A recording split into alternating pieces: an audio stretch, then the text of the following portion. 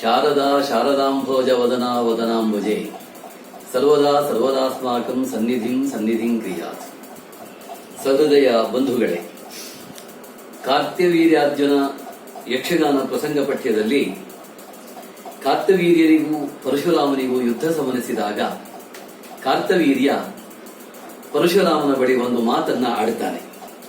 ವಿಪಿನದೊಳಗೆ ಸ್ನಾನಗೈದು ಜಪತಪಾದಿಗಳನ್ನು ವಾಳ್ಪ ಕುಪಿತವಾಸವೆಲ್ಲ ಹವದಿ ಕೃಪೆಯಿಲ್ಲ ವಿಪ್ರ ಅನ್ನುತ್ತಾನೆ.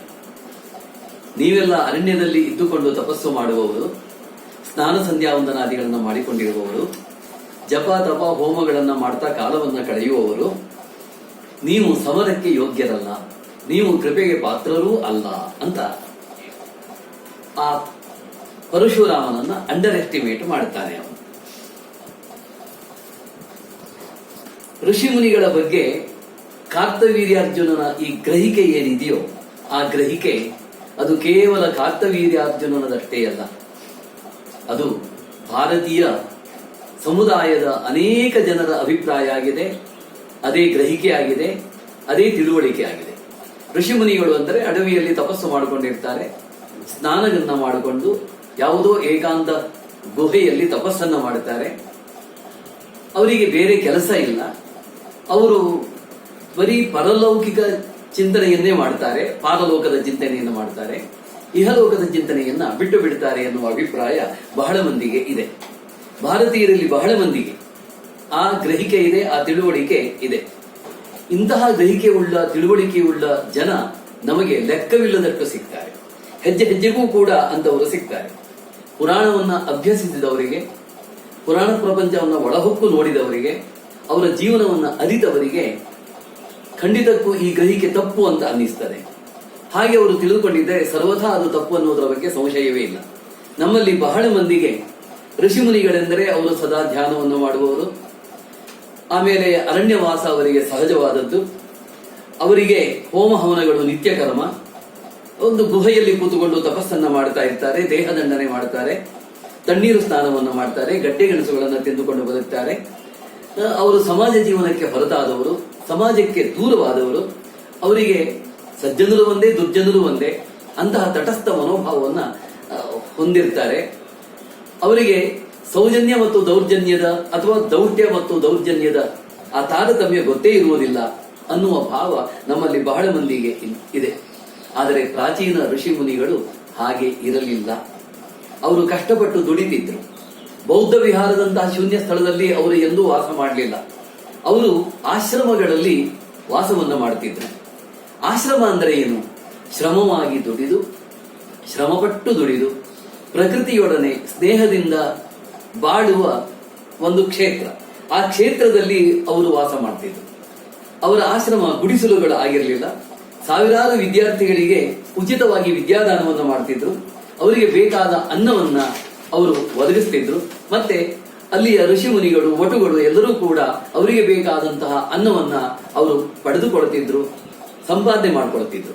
ಅಂತಹ ಆಶ್ರಮಗಳಲ್ಲಿ ಅವರು ವಾಸ ಮಾಡ್ತಿದ್ರು. ಅಂತಹ ಆಶ್ರಮವನ್ನು ನಡೆಸುವವರಿಗೆ ಕುಲಪತಿ ಅಂತ ಕರೀತಿದ್ರು. ಕುಲಪತಿ ಅಂತಂದ್ರೆ ಮನೆಯ ಯಜಮಾನ ಅಂತ ಅರ್ಥ, ಕುಟುಂಬದ ಯಜಮಾನ ಅಂತ ಅರ್ಥ. ಕುಲಸ್ಯ ಪತಿ ಕುಲಪತಿ. 10,000 ವಿದ್ಯಾರ್ಥಿಗಳನ್ನ ಅಶನ ವಸನಗಳಿಂದ ಪೋಷಿಸಿ ವಿದ್ಯಾಭ್ಯಾಸ ಮಾಡಿಸುವಂತಹ ಮುನಿಯನ್ನ ಅವತ್ತಿನ ಕಾಲದಲ್ಲಿ ಕುಲಪತಿ ಅಂತ ಹೇಳ್ತಿದ್ರು.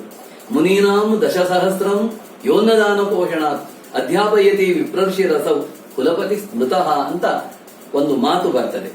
ಇನ್ನೊಂದು ವಿಶೇಷವೆಂದರೆ ವೇದ ಕಾಲದ ಋಷಿಗಳು ಯಾರೂ ಕೂಡ ಸನ್ಯಾಸಿಗಳು ಆಗಿರಲಿಲ್ಲ.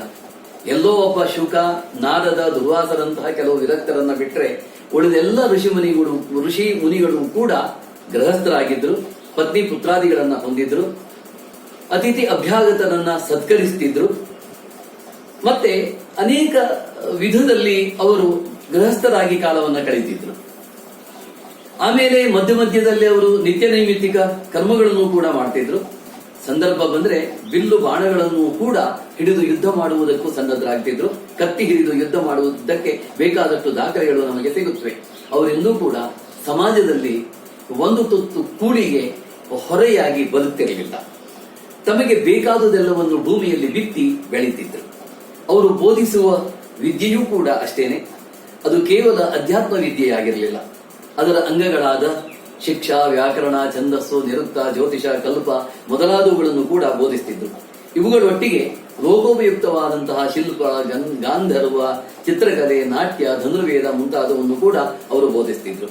ನಮ್ಮಲ್ಲಿ ಅನೇಕರಿಗೆ ಋಷಿಮುನಿಗಳ ಧ್ಯಾನ, ಜಪ, ತಪ, ಮಂತ್ರೋಪಾಸನೆ, ಅರಣ್ಯ ನಿಷ್ಠೆ, ಅವರು ಆಚರಿಸುತ್ತಿದ್ದಂತಹ ವ್ರತ ಮೊದಲಾದವುಗಳ ಬಗ್ಗೆ ಗೊತ್ತಿದೆಯೇ ವಿನಾ ಅವರ ವೀರ ಜೀವನ ಕ್ರಮ, ಜೀವನದಲ್ಲಿಯ ಅನಿಷ್ಟ ರಾಕ್ಷಸೀ ಶಕ್ತಿಗಳ ನಿರ್ಮೂಲನೆಗೆ ಅವರು ಪಟ್ಟ ಪಾಡು, ತೊಟ್ಟ ದೀಕ್ಷೆ, ತೆತ್ತ ಬೆಲೆ ಗೊತ್ತಿಲ್ಲ.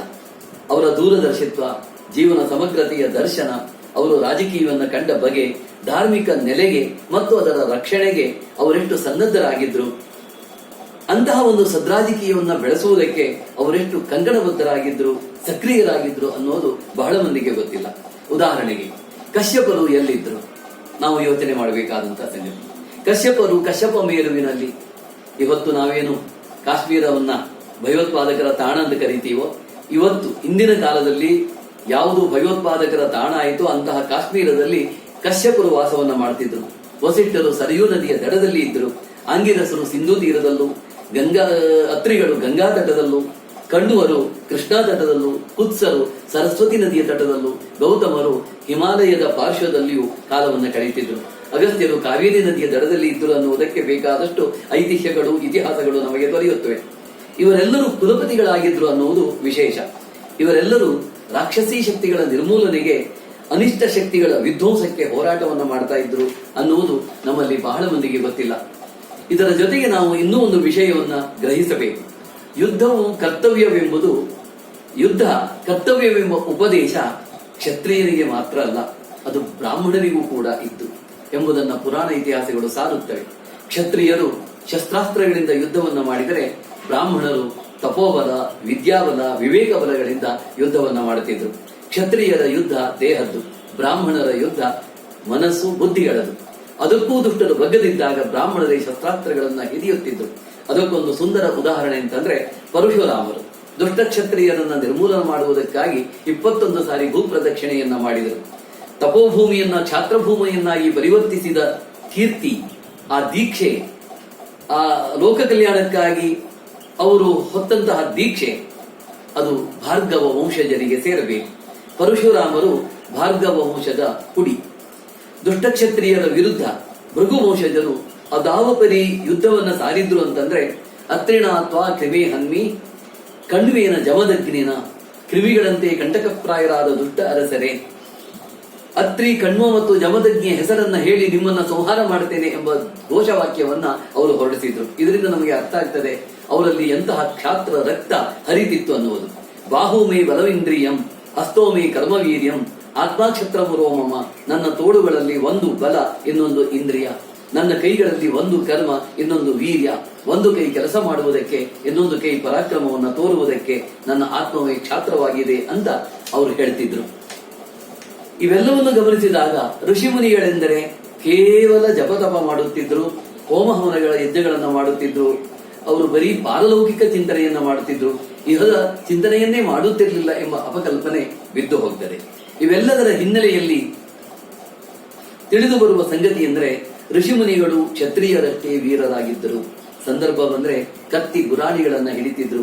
ದುಷ್ಟರ ದಮನಕ್ಕೆ ಅವರು ಕಂಕಣಬದ್ಧರಾಗಿದ್ದರು. ರಾಷ್ಟ್ರದ ಕೊಳೆಯನ್ನ ಗುಡಿಸಿ ತೆಗೆಯುವುದಕ್ಕೆ ಅವರು ಪ್ರಾಮಾಣಿಕ ಪ್ರಯತ್ನವನ್ನ ನಡೆಸಿದ್ರು. ಇಡೀ ಋಷಿಮುನಿಗಳ ಸಮುದಾಯ ಒಂದು ಗೌರವಕ್ಕಾಗಿ, ಪ್ರಾಣ, ಮಾನ, ಸ್ಥಾನ, ಕಾರ್ಯ, ಧ್ಯೇಯಗಳ ರಕ್ಷಣೆಗಾಗಿ ಅವರು ಬದ್ಧರಾಗಿದ್ದರು ಎಂಬುದು ವೇದ್ಯವಾಗ್ತದೆ.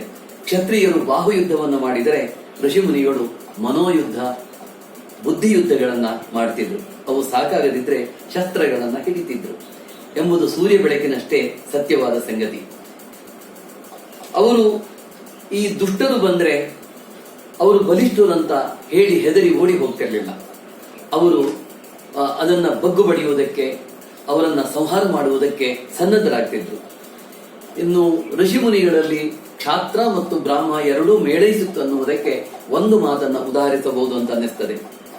ವಿಶ್ವರಥ ತಪಸ್ಸನ್ನ ಮಾಡಿ ಬ್ರಹ್ಮರ್ಷಿಯಾದ. ಬ್ರಹ್ಮರ್ಷಿಯಾಗಿ ವಿಶ್ವಾಮಿತ್ರ ಅಂತ ಅನ್ನಿಸಿಕೊಂಡ. ದೇವತೆಗಳೆಲ್ಲ ಬಂದು ವಿಶ್ವಾಮಿತ್ರನಿಗೆ ಹೇಳಿದರು, ನೀನೀಗ ಬ್ರಹ್ಮರ್ಷಿ ಆಗಿದ್ದೀಯ ಅಂತ. ಆದರೆ ಅವನು ಒಪ್ಪಲಿಲ್ಲ. ನೀವು ಹೇಳಿದರೆ ನಾನು ಒಪ್ಪೋದಿಲ್ಲ, ವಸಿಷ್ಠರು ಬಂದು ಹೇಳಬೇಕು. ಆಗ ವಸಿಷ್ಠರ ಬಗ್ಗೆ ಅವನು ಹೇಳುವ ಮಾತನ್ನ ನಾವು ಗಮನಿಸಬೇಕು. ಕ್ಷತ್ರವೇದ ವಿಧಾಂ ಶ್ರೇಷ್ಠೋ ಬ್ರಹ್ಮವೇದ ವಿಧಾಮಪಿ ಅಂತ ಹೇಳ್ತಾನೆ. ಅಂದ್ರೆ ವಸಿಷ್ಠರು ಕ್ಷತ್ರವಿದರೂ ಆಗಿದ್ದರು, ಬ್ರಹ್ಮವಿದರೂ ಕೂಡ ಆಗಿದ್ದರು. ಇದೇ ವಿಶ್ವರಥ ನಂದಿನಿ ಧೇನುವನ್ನು ಅಪಹರಿಸಿಕೊಂಡು ಹೋಗುವಾಗ, ಬಲಾತ್ಕಾರದಿಂದ ಕೊಂಡೊಯ್ಯುವಾಗ ವಸಿಷ್ಠರು ಬ್ರಹ್ಮದಂಡವನ್ನ ಅಭಿಮಂತ್ರಿಸಿ ಇಟ್ಟು ಅವನ ಸೈನ್ಯವನ್ನ ಸಂಹಾರ ಮಾಡ್ತಾರೆ. ಇದು ಕ್ಷಾತ್ರಕ್ಕೆ ಸಂಕೇತವಾಗಿದೆ. ಈ ನೆಲೆಯಲ್ಲಿ ನಾವು ಋಷಿ ಮುನಿಗಳ ಬಗ್ಗೆ ನಾವು ತಿಳಿದುಕೊಂಡಂತಹ ಏನು ಗ್ರಹಿಕೆ ಇದೆಯೋ, ಅನ್ನಿಸಿಕೆ ಇದೆಯೋ, ಅದು ತಪ್ಪು. ಋಷಿ ಮುನಿಗಳು ಕೇವಲ ಧ್ಯಾನಪರರಾಗಿರಲಿಲ್ಲ, ಕೇವಲ ತಪಸ್ಸು ಮಾಡುತ್ತಿರಲಿಲ್ಲ, ಅವರು ಸಮಾಜಕ್ಕೆ ಭೂಭಾರರಾಗಿ ದಂಡಪಿಂಡರಾಗಿ ಬದುಕುತ್ತಿರಲಿಲ್ಲ. ಅವರು ಸಮಾಜಕ್ಕೆ ಉಪಯುಕ್ತವಾದ ಕೊಡುಗೆಗಳನ್ನು ಕೊಟ್ಟಿದ್ದರು. ನಾವು ನೆನಪಿಟ್ಕೊಳ್ಬೇಕು, ದಶರಥ ಮಹಾರಾಜನಿಗೆ ವಸಿಷ್ಠರು ಪುರೋಹಿತರಾದರೆ ಪಾಂಡವರಿಗೆ ದೌಮ್ಯರಾಗಿದ್ರು, ಯಾದವರಿಗೆ ಗರ್ಗಾಚಾರ್ಯರು ಆಗಿದ್ರು. ಅಂದರೆ ಬ್ರಾಹ್ಮ ಮತ್ತು ಕ್ಷಾತ್ರ ಮೇಳೈಸಿದಾಗ ಲೋಕ ಕಲ್ಯಾಣ ಉಂಟಾಗ್ತದೆ ಅನ್ನುವುದಕ್ಕೆ ಇದೊಂದು ಸುಂದರವಾದ ಉದಾಹರಣೆ.